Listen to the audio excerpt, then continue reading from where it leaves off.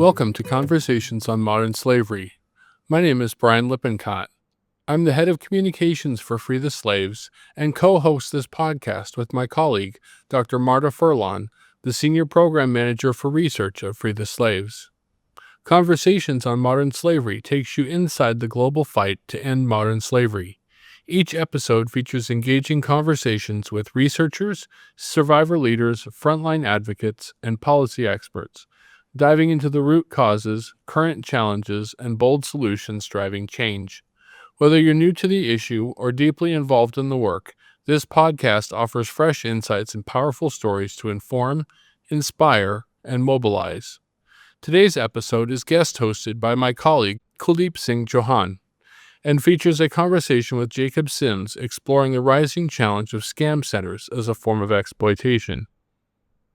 Welcome to Unmasking Cyber Slavery, where we shine a light on one of the most insidious form of modern slavery, cyber scam centers. I am Kuldeep Singh Chauhan, Regional Director for Asia at Free the Slaves, and today we are diving into a critical conversation about how these hidden compounds exploit thousands and what's being done to fight back. This episode is brought to you by Free the Slaves, a global leader in ending modern slavery. Founded in the year 2000, Free the Slaves works to eliminate the conditions that allow slavery to thrive, from poverty and conflict to weak legal systems. Through in depth research, community based programs, and survivor led initiatives, they empower vulnerable people to protect themselves and rebuild their lives. You can learn more at freetheslaves.net. Our guest today is Jacob Sims, visiting fellow at Harvard University's Asia Center and advisor at Humanity Research Consultancy, or HRC, a social enterprise tackling modern slavery through expert research, training, and survivor centered solutions. HRC's work in Southeast Asia, especially on cyber scam slavery, has been groundbreaking, prioritizing local voices and lived experience to drive change. Jacob brings deep expertise in counter trafficking and a passion for empowering survivors. Jacob, welcome to the show. Thank you so much for having me. Today, we'll explore the realities of scam centers, HRC's innovative approaches, survivor stories, and how we can all join the fight. Let's get started. Jacob, let's begin with the basics. For our listeners who may not be familiar, can you explain what scam centers are and how they operate as a form of cyber slavery? Sure, happy to. So scam centers are effectively criminal compounds that are based largely in Southeast Asia, where people are trafficked under false pretenses and forced to commit online fraud, usually targeting victims overseas in a wide range of countries. And these operations rely on deception, violence, isolation of the victims, and the trafficked workers are effectively coerced under threat of violence and torture into conducting a sophisticated array of cyber scams. Some of the methods of abuse beyond the deception that is involved in getting into the compounds involve widespread reports of beatings, electric shock, bonded labor, and it's really some horrific forms of violence that are occurring inside these compounds.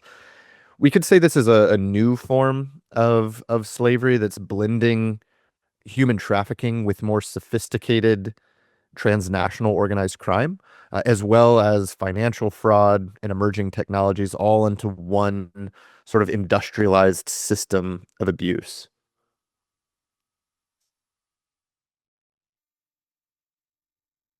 That's chilling. The scale is staggering. Why are these scam centers so hard to detect and dismantle compared to other forms of human trafficking? Sure. Well, I mean, so first, I would say, as you mentioned, the scale truly staggering. Across just the primary host countries of Cambodia, Myanmar, and Laos, you are likely looking at a workforce within these compounds of around 350,000 people. Now, that's not a statement to say that all of those people are victims. Because of the nature of the compounds, which I'll get into in a second, it's actually really hard to determine the true prevalence of victimhood. But we know if you just look at the standard indicators of trafficking, are these people deceived? Are they coerced? It appears that a large percentage of that population would meet that definition. And unlike more visible forms of trafficking, these scam centers are concealed behind guarded compounds, sometimes in the middle of a city, sometimes in a special economic zone, sometimes in areas of what we'd call fragmented sovereignty, conflict affected areas, etc. But they are often, and the norm would be that they are operating with either the tacit or the active support of corrupt officials within that jurisdiction. And so the victims may appear on surface to be digital workers or expats, and there's certainly the reality that the crimes that they're forced to commit could be argued to be confusing to law enforcement. But it's also the case that the enabling environments where these compounds exist are actually deeply, deeply compromised, and sort of the ruling officials are, in many cases, deeply involved. And you add in, on top of the sort of state complicity and the militarized nature of the compounds where the people are held, add into that added layers of complexity of cryptocurrency, spoofed IP addresses, these very amorphous transnational networks that run them. And this becomes sort of a jurisdictional nightmare to take care of. So it is a digital crime that is affecting jurisdictions around the world, but also that has physical victims, and then the tools that are being used um, to combat this, and the resources and the knowledge we have to combat this just aren't fit to respond to this sort of dynamic hybrid model of exploitation. It's like a hidden global web. What kind of people are targeted? So that's another thing that has really changed the dynamic here. So traditionally within Southeast Asia, your labor trafficking paradigm is that it's very, very, very vulnerable people from rural areas trafficked into larger economic markets. But this has sort of turned that paradigm on its head. So these are actually young, urban, multilingual, tech savvy, many, but not all, having higher levels of education, um, being trafficked into governance poor, fragile, and highly corrupt areas. And so you're looking at a much different and a much broader demographic of potential trafficking victims, and an entirely different geographic location for where those victims are going to be exploited. HRC has been a leader in tackling this issue with a unique approach. How has HRC's emphasis on local expertise and survivor voices shaped your work on scam centers? Yeah, that's a great question. So I've been working in the counter trafficking space for a long time, and there is obviously within the space increasing rhetoric and attention being put on, like, how do we involve survivors in our programming? But very, very often, I have found that the larger, more established organizations working in the space tend to, likely not intentionally, but tend to tokenize survivor involvement, and that's sort of speaking very broadly. But you frequently will see survivors now deployed by major counter trafficking organizations as part of their advocacy function, as part of their fundraising operations. They like it's there's a wide recognition that survivors have an appeal to donors and to advocacy audiences, but very, very seldom do you see survivors actually being deeply incorporated into programming. And HRC, one of the things actually that attracted me to HRC was their institutional commitment and also their founder, Mina Cheng's personal commitment to flipping that script. So HRC isn't studying communities. They're not studying survivors. They're not deploying survivors to raise money or to do advocacy. They're actually working with them. So survivors and local researchers, HRC views not just as sources of data or ways to generate interest in our work, but they're actually co-researchers, co-principal investigators. They're helping shape the very questions that we're asking with our research and the direction of our programming. And this has been particularly crucial in the scam center context where trust is really scarce, to where professionalized knowledge is sort of few and far between, and the trauma is also really fresh. And so survivor insights have been very critical to helping make HRC's work relevant, and to helping very quickly the organization understand how recruitment, control, resistance actually unfold within these compounds and within this broader exploitative network. And that's something that other organizations have been slower to recognize to the extent to which they have been able to rely on and incorporate survivor voice less effectively. And so, yeah, it's been a really amazing part of being involved in HRC's work to see them really live out some of these ideals of survivor voice incorporation, that are often touted, but yeah, very rarely lived out. That's powerful.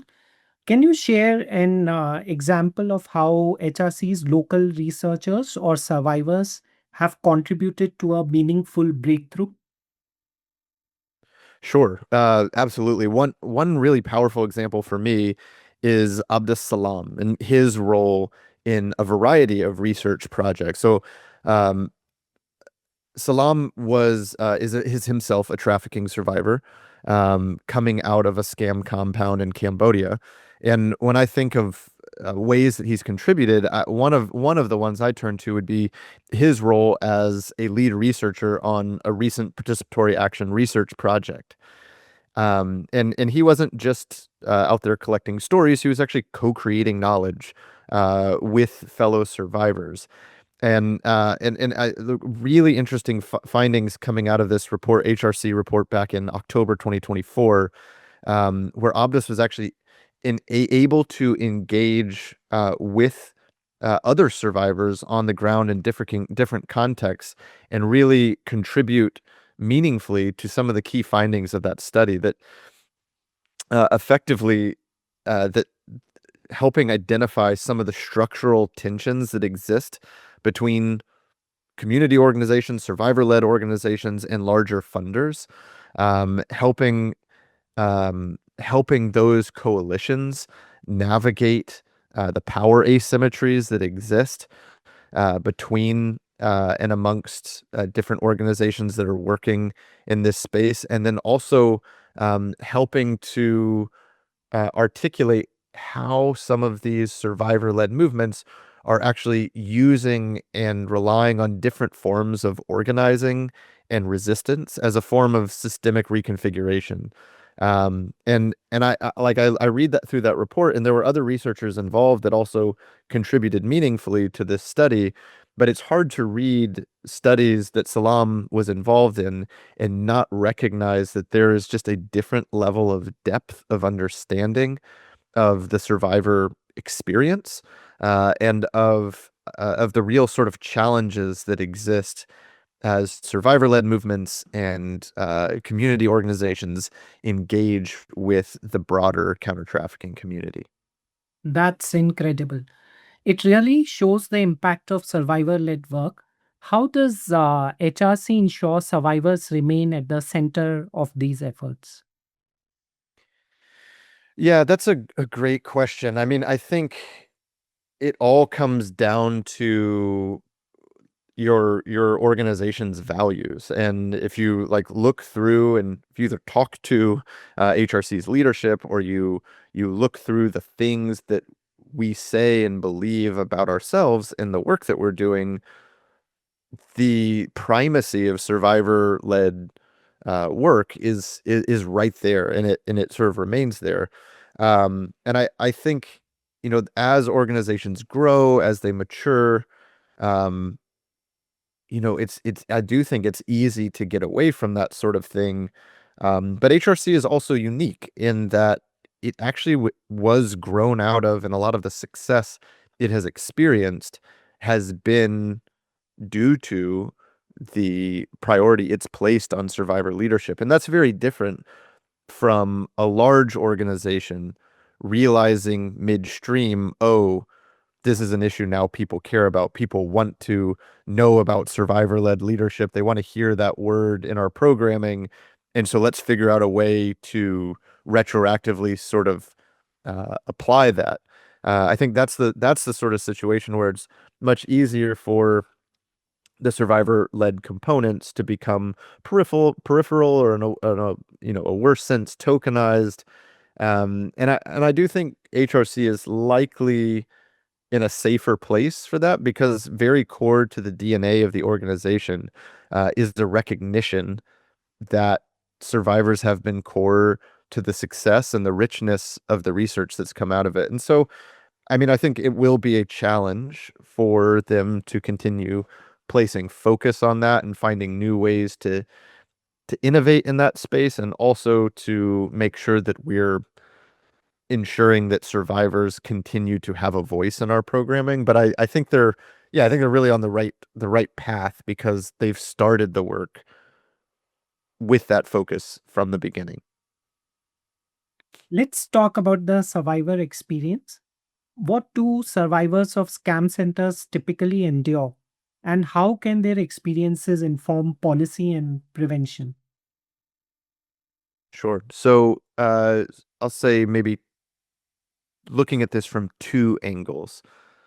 First, survivors, as I mentioned earlier, often face very extreme forms of physical abuse, psychological manipulation, relentless pressure to do work that is soul crushing to most people, scamming other people, manipulating them out of their own hard earned money. And so there's a lot of both physical baggage and also psychological and emotional baggage that comes from that. One other form of abuse they're experiencing is actually being stripped of their documents, being isolated, being punished for failing to meet their quotas. And so I think when you look at the suite of abuse that survivors are experiencing, the testimonies that are coming out of this really challenge what might be your core assumption about the financial crime space. These aren't criminals, these are victims coerced into crime. And that distinction is really, really important. And you're only going to get to that point, again, by listening to survivors. And that's where we're going to start to understand where the prevention systems, where they exist at all, have broken down, and how to rebuild those support structures. So that's one side of the equation. The other is, once these survivors get out of the compounds, the systems and processes for identifying them as victims of human trafficking and then providing the services needed are entirely broken. And so, just like we see actually in other forms of transnational crime, take the drug trade, for example, the vast majority of the legal burden on the fight against drugs has impacted the people who are operating in that industry with very, very limited agency at the very bottom of the criminal value chain. And that's exactly what is happening in the scam industry as well. We're effectively criminalizing a generation of hundreds of thousands of people working in these compounds, many of whom, maybe the vast majority of whom, are doing so either coming into the industry with very limited other options, or in a large number of cases, actually doing so completely against their will. And so, yeah, it's a range of abuse that occurs across the entire life cycle of their involvement in the space. That trauma sounds overwhelming. How can organizations like Free the Slaves contribute to survivor reintegration and protection from re trafficking? Well, first, I would say that reintegration efforts, as they look right now, basically have just been rescue and getting the people back home. And reintegration needs to look like a significant, many steps further than just rescue. Survivors really need trauma-informed care. They need legal protection. They oftentimes need physical protection as they're en route home. They need new livelihood options, and ultimately, they need a chance to lead and grow as people so that they are not vulnerable to re-victimization. And organizations like Free the Slaves can play a really critical role in there by partnering with survivor-led groups, by investing in long-term support. We and I say this to say, like, also we do need acute short-term sheltering needs. You look at this industry in Cambodia, and there is effectively one qualified shelter that has, I think, 50 beds total for an industry in Cambodia that likely exceeds 150,000 laborers. And so there's this massive acute humanitarian need. And if we miss that first step, there's no chance that longer run reintegration is going to have any impact, even if the structures and systems are there, because we're just going to miss people.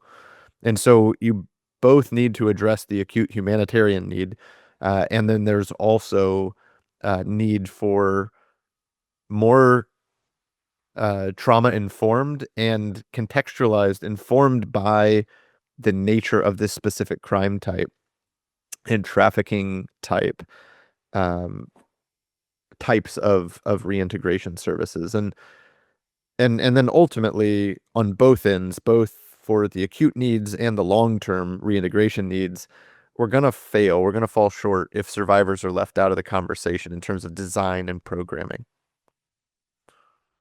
What's a key lesson from survivors that shaped your work?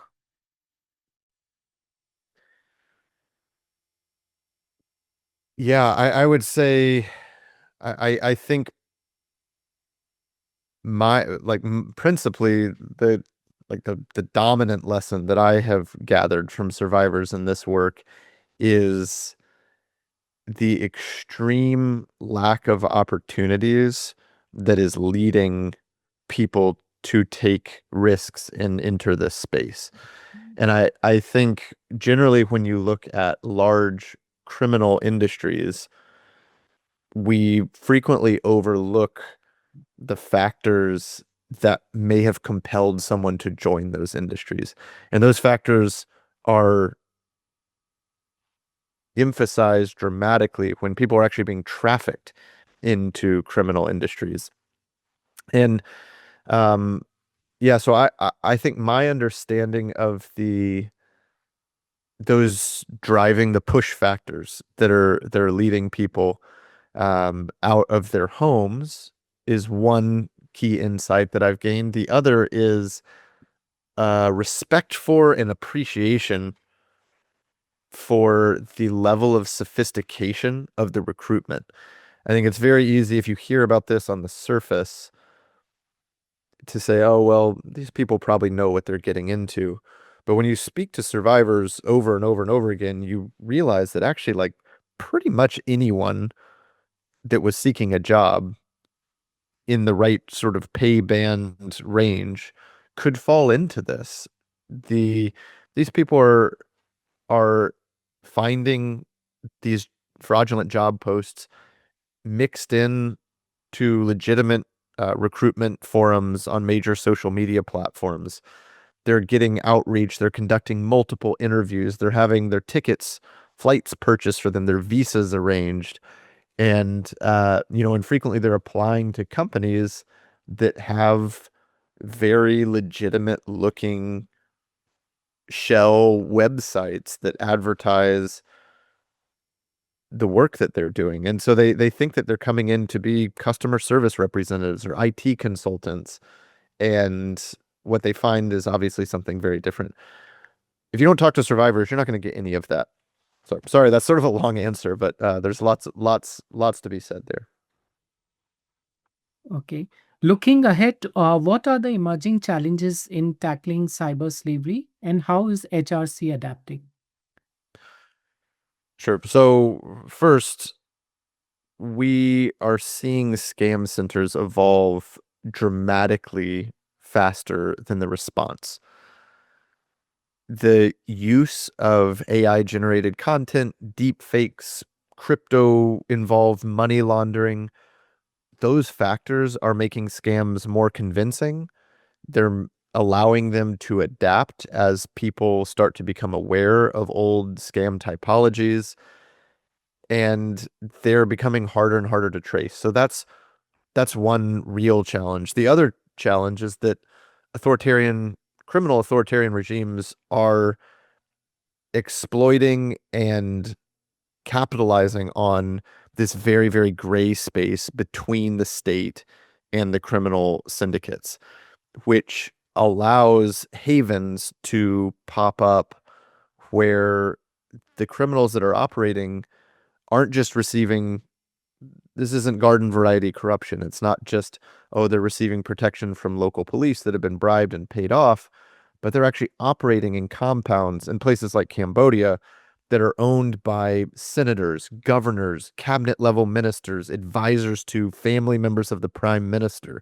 So this is a highly vertically integrated form of crime in these enabling environments. And those linkages are becoming stronger over time.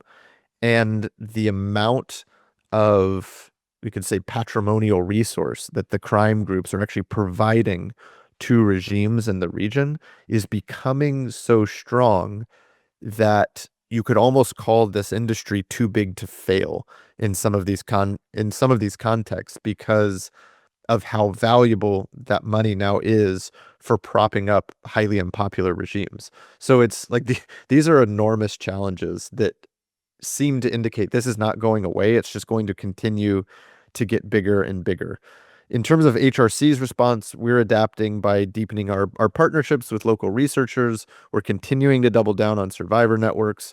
And we're also pushing for cross-sector data sharing. And that is, I think, a key component of this that's going to help us keep up with, or at least be fewer steps behind the very sophisticated criminals that are running this tech-driven form of abuse.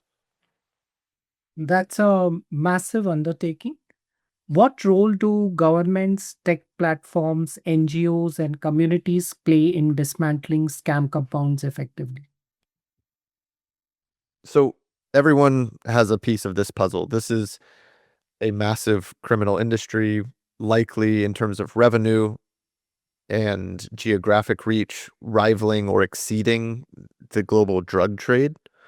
And it's only really been around for a few years. So this is really insane. And that means that governments need to enforce anti-trafficking laws. It means concerned governments need to be looking at where the financial crimes are crossing into their jurisdictions, improving their cybercrime defense, improving their proactivity with which they're targeting key perpetrators, which also helps to tackle corruption within the primary enabling environments. So that's governments. Tech companies need to find ways to detect fraudulent behavior, to cut off illicit crypto flows.